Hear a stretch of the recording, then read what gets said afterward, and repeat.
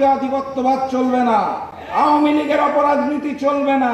জনগণের সিদ্ধান্তে যেই অন্তর্বর্তী সরকার গঠন করা হয়েছে, সেই অন্তর্বর্তী সরকারকে দেশ পরিচালনার জন্য কোন নির্দিষ্ট দলের মতামত মেনে নেওয়ার জন্য জনগণ মেনে নেবে না। কোন নির্দিষ্ট দলের ম্যান্ডেট পূরণ করার জন্য বাংলার জনগণ অন্তর্বর্তী সরকারকে গ্রহণ করে নাই।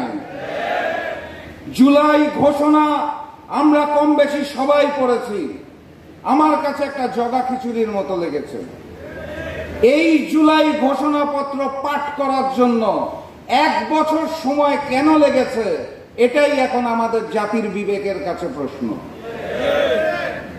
সামনে আসতে যাচ্ছে জুলাই সনদ, যার আইনি ভিত্তি কিভাবে হবে আমরা জানি না, সাংবিধানিক ভিত্তি কি হবে আমরা জানি না। পূর্ববর্তী স্বৈরাচারের মতো আগামীতে নতুন স্বৈরাচার এসে যদি ঘোষণা করে যে জুলাই সনদকে আমরা মানি না, তখন আমরা কি করব?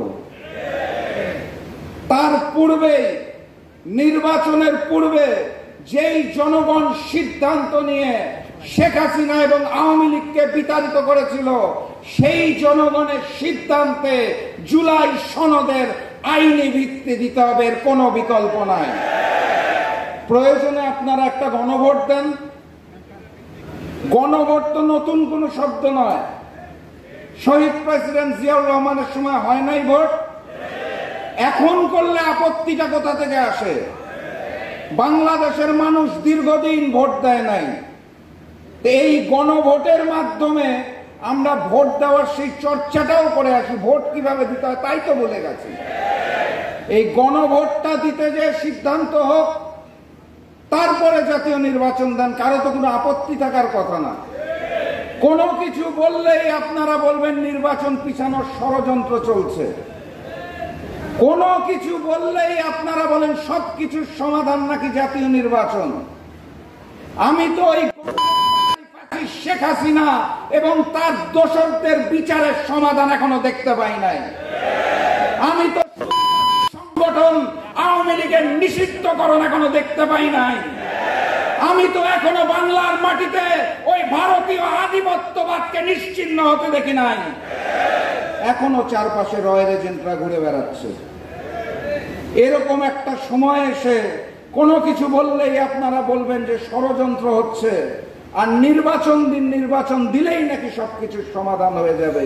এইটা তো বাংলার জনগণ একবার রাস্তায় নেমেছে, প্রয়োজনে আরেকবার, কিন্তু নতুন কোন স্বৈরাচার সৃষ্টি হতে দেব না আমরা। কথাবার্তা পরিষ্কার। জাতীয় নির্বাচনের পূর্বে এই জুলাই সনদের আইনি বৈধতা লাগবে। ভবিষ্যতে নতুন কোন স্বৈরাচার আমরা সৃষ্টি হতে দেব না।